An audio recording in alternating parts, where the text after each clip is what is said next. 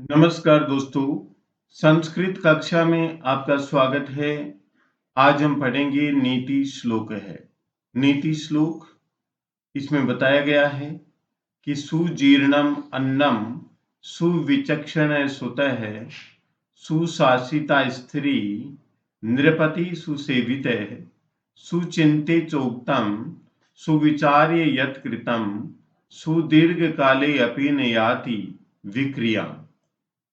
इसका मतलब है सुजीर्णम अन्नम, अच्छी तरह पचा हुआ अन्न, सुविचक्षण सुतः, सुशिक्षित पुत्र, सुशासिता स्त्री, मर्यादित स्त्री, नृपति सुसेविते, सुसेवित राजा, सुचिंते चोक्तम, अच्छी तरह विचार कर कही हुई बात, अच्छी तरह विचार करके कही गई बात, सुविचार्य यत् कृतम, अच्छी तरह से सोच विचार करके किया गया कार्य, सुदीर्घ काले, लंबे समय तक भी, उस कार्य में, उस बात में, इनमें सब में विक्रियाम का मतलब विकार न याति, नहीं उत्पन्न होते हैं। तो आइए जानते हैं इसका अनुवाद। अच्छी तरह से अनुवाद, अच्छी तरह से पचा हुआ भोजन, भोजन अच्छी तरह से पच जाता है तो किसी प्रकार का कोई रोग उत्पन्न नहीं होता है। सुशिक्षित पुत्र, पुत्र सुशिक्षित होता है तो किसी प्रकार का कोई दुख नहीं देता है।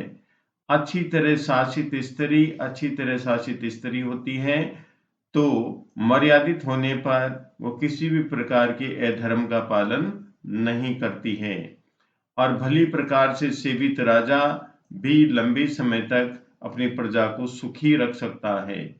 अत्यधिक सोचकर कही हुई बात दुख उत्पन्न नहीं करती है तथा भली प्रकार विचार कर किया हुआ काम, यहाँ पर हुमा की जगह हुआ, बहुत दिन तक विकार भाव को प्राप्त नहीं होता है, अर्थात इनमें दोष उत्पन्न नहीं होते हैं। अब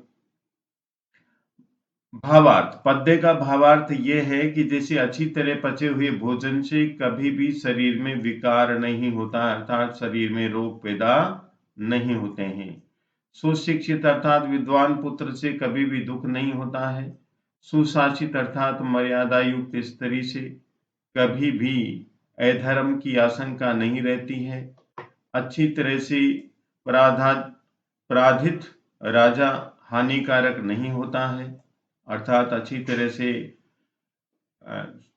शासन करने वाला राजा, सुशासित राजा कभी भी हानिकारक नहीं होता है।